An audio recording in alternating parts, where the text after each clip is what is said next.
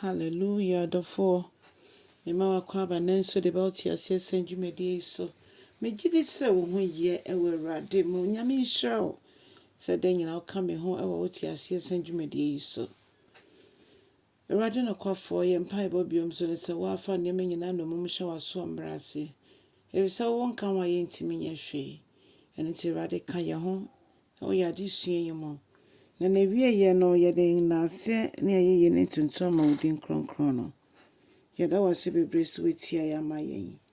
Ewo Jesus Christ dim ne abom paye. Odofo na nso ye befa akinkan sam. Efi Deuteronomy ti eduasa miensa. Nchichemu aduonu nsia edikosi aduonu enkron.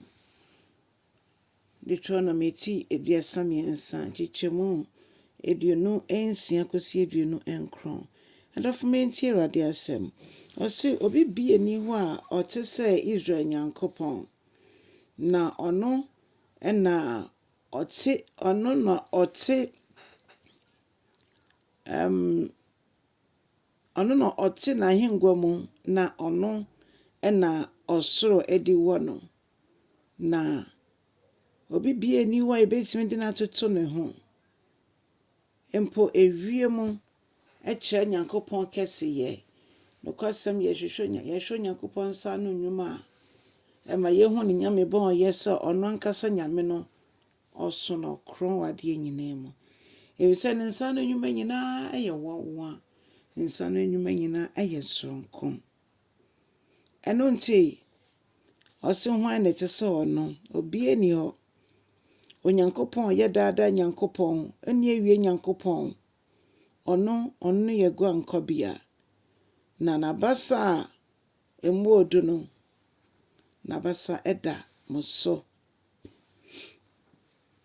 ono no pam otamfo ne free yenim na afei ohwe se ye sufre na ono nyame otie na afei ono nyame betie mu asefo agine to nyina na ose afei de Israel betena se asomdwe mu afei de nyame ma betena se asomdwe mu afei de nyame akafa ye ho no nkoda bebe mu efise enese de wiase na ye na ekono so bi enni Kristo a na sandipa no oye mobo Awurade hwe ye kwase ye nyina beba begina di se be ye na chidefo ampa obedi yen efi ya ho hehie nyina mu afi abama ya na asomdwe a ebro wiase nti ase nyina so odafo mpa ebo nyina ne se ka wode ho bebata Kristo Yesu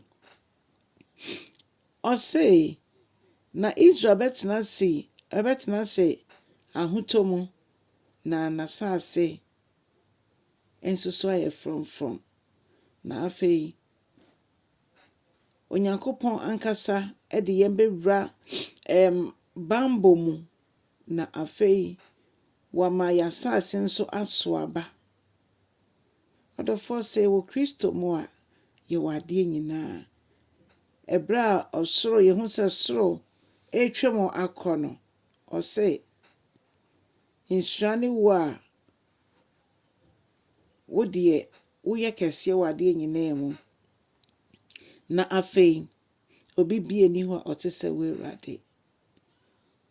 Awurade nipa na moso enya nkwagye na ono na ogye yen ono na oboye ho ban ono na wadi nkonim na okita ne pia ewo ne nsem ose ye Nyankopɔn beko ama yen na yatamfo nyina ebe moa ewo ono Awurade anim na yensusu yebedi omuso nkunim na yetia omuso odofo sa ensami di adanse ese ya ho ode ntumi enye bibia gise nyame ti asefo ka ye ho nti nia oma ya ho ode no etwase ade ye ho nyina nso eto ne so de nyina ade ye ho to no so se ye ni da kwan se oma ya ho ade ma ye de ananti wodamu no mu Onyankopɔn ndom boa wo bra wo chena sam nsoma afoforo